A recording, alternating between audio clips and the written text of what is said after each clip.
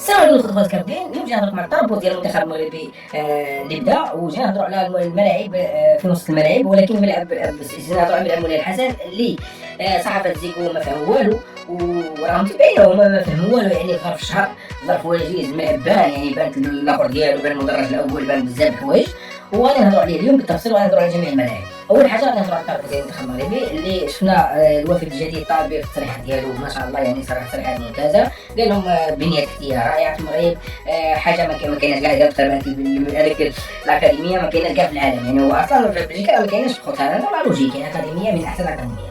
زيد كاين نادر عاود هو دار التصريح ديالو، لانه هادو الجدد.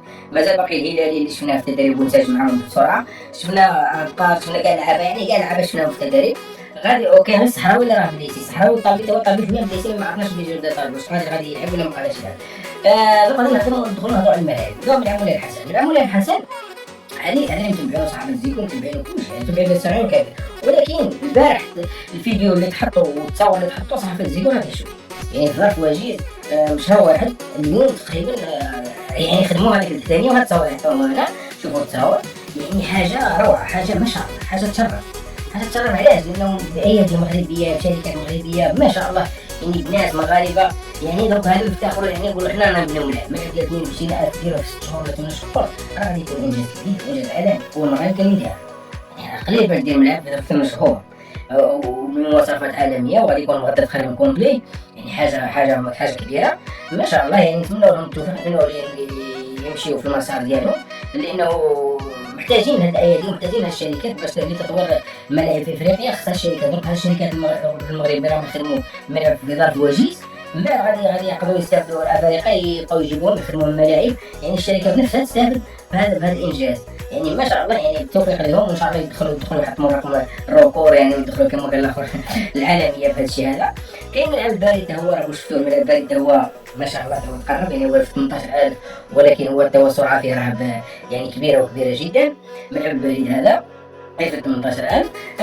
كاين ملعب طنجة حتى هو ما شاء الله عليه، يعني ملعب طنجة راهم داروا الحاجة، داروا الخير، لأنه هذاك فيه شوية تخربيق، فيه شوية رود تحت باش يطلعوا هذاك، باش يجبدوا هذاك الكابل. ابري راه خاصها ناس ديال هذاك الشيء هذاك. المهم حنا الملعب نعرفوا ان شاء الله باذن الله، بلا ملعب غادي يكون عالمي، ملعب كبير، ملعب من الطراز العالي.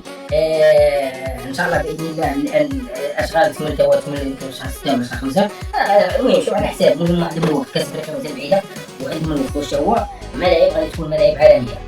كاين الملعب ديال الرباط، شفنا غير التصاور ديالو من برا والتصويره من الداخل والتصاور ديال برا اللي بداو في هذاك الشيء ديال لابور ديال الغلاف ديالو، والتصاور ديال الداخل اللي تقريبا الداخل راه بادين في الاولى، ماشي ديال الماسونري ولا شي كيكملوه هادشي كلشي كامل، سيرتو الداخل يكون 100%، لانه حنا بحال بلوكا ولا ما بقاوش يديروا مابقاوش يصوروا. هاد المره تجيك شي تصويره هامله، ايوا تبان نتيجه جديد، مي حاجه كبيره وحاجه مفخره. يعني ملعب بحال هذاك بمواصفات عالميه غادي يكون حاجه كبيره. الملعب الملحق ديالو اللي غادي يكون فيه المنتخب التونسي حتى هو راه يتغطى، حتى هو راه يديروا الغاز في الارضيه، يعني حاجه روعه. راهم يديروا هذاك الاخر باش يديروا الكازو ديالو، وهذاك الملعب غادي يكون رائع. وهذاك الملعب توجور راهم يصوروه، لانه هذاك تقدر تصوروا غير من الفيلا فين تكون ساكن نتايا، تصوروا عادي. لا شي واحد راه في الباطمه اللي ساكن فيها شي واحد ساكن في باطمه قريبه لهذاك الملعب، وراه يدير هذاك التصاور ديالو لانه باين قريب.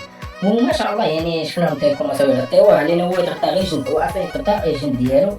وانا حطيت لكم شي تصاور ديالو هنايا بلا ما ندخل الملاعب الاخرين، لانه اصلا هذو هما الملاعب شويه اللي فيهم الخدمه. الملاعب الاخرين بحال الملعب ديال محمد خميس ما شاء الله كازو كمل، داخل نقولوا كملوه 100%، باقي شويه روتوشات. واش قادر تلعب فيه الوداد والرجاء ديالو ويكملوا فيه البطوله على حساب باش يكون الافتتاح ديالو. واش ما غاديش يلعبوا فيه هذاك على حسب قدام غادي يبان، لانه تقدر تلعب فيه الديربي وتلعب فيه واحد الجمعه ولا 3 باش انتهاء البطوله، والغازو يتوالد الغازو، لانه عندك لاكوب دافريك فيه.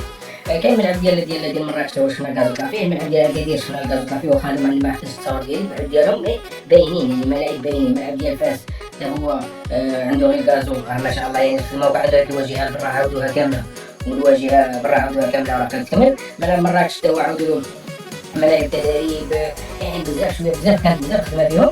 مي هما غادي يكملوا ان شاء الله باذن الله خير الله قدرتي. هادشي اللي كاين في وسط الملاعب. ملعب مولاي الحسن هو المفاجاه اللي صحاب الزين كانوا صحابهم غادي يطالع في الارض، هو طلع ضربه وحده ما شاء الله.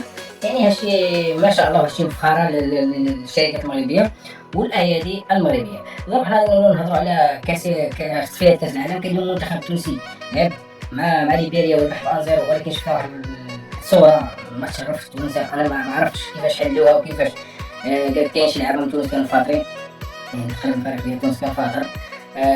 ما فهمتش انا كيفاش، واش كانوا فاطرين عمدا واش حلوها، يعني راه ما يمكنش. ولكن قال لك التوقيت الحراره ولا هذا الحوايج انا والله ما فهمتش علاش شي حوايج يحلوهم وشي حوايج يحرموهم. عرفتوها هي بحال ديال رمضان يحلوا الفطر، وبحال نهار الملك محمد السادس ديال المغرب الغى العيد لاسباب وعارفه كلشي عارفه. ما كانش الخروف في العالم كامل، ناضوا كلشي علماء وكلشي ويحلوا ويحرموا. هذا رمضان، عطونا تحليل وتفسير لهذا الشيء اللي وقع.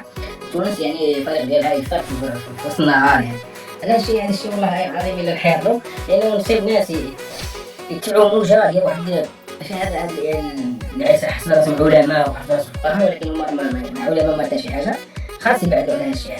يعني كي تشوف تونس نتايا ضاربه وكاليه في وسط النهار كاين والو، يمشيو يطامعوا على شي ناس ديال عيد كبير. يعني عيد كبير تقدر بلا ما نصط عليه سبيل، يعني ما عنديش معليش سعيد هذه حقيقه.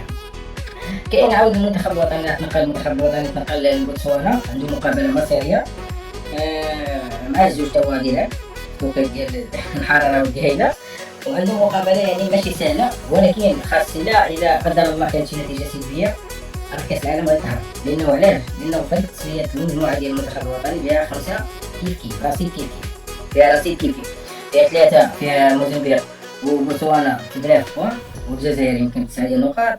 غينيا هادو كاع عندهم غينيا عندها 6 بوان وغندا 6 بوان. يعني هنا توقع مشاكل في هذه المجموعه. الا ربحت قدر الله ربحت بوتسوانا وربحت من هي الموزمبيق مشكله، غادي نوليو ب 12 ربحت غينيا تجي معاك ب 9 ديال النقاط.